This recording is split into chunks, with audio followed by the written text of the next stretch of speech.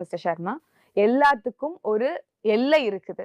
ஒரு எல்லைக்கு மீறினால், அதற்கு வேற எப்படி நம்ம வந்து எதிர்வினை ஆற்றுறது அப்படிங்கிற ஒரு கேள்வி இருக்கு.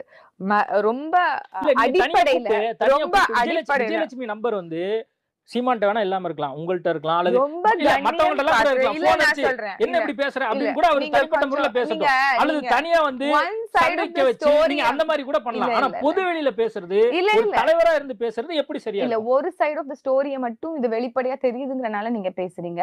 இவ்வளவு நாள் கண்ணியம் காத்து தானே அவர்களுக்கு வந்து ஒரு ஒரு மரியாதையா நடத்திக்கிட்டாங்க.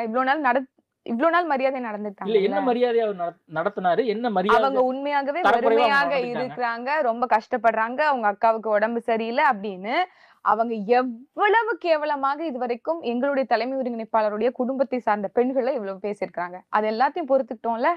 அது எல்லாத்தையும் பொறுத்து பேசாம இருந்தோம்ல. அப்பல்லாம் நீங்க யாருமே சொல்லலையே. எப்படி நீங்க வந்து ஒரு ஆண் இப்படி பேசலாம்? என்னதான் நீங்க வந்து விமர்சிச்சாலும், ஒரு அரசியல் கட்சி தலைவர இப்படியெல்லாம் பேசக்கூடாதே. யாராவது ஒரு தரப்பு? யாராவது எங்கேயாவது ஒருத்தவங்க? நடுநிலைவாதிகள்? எங்கேயுமே பேசலையே. அப்ப எங்களுக்காக நாங்க தான் பேசணும்.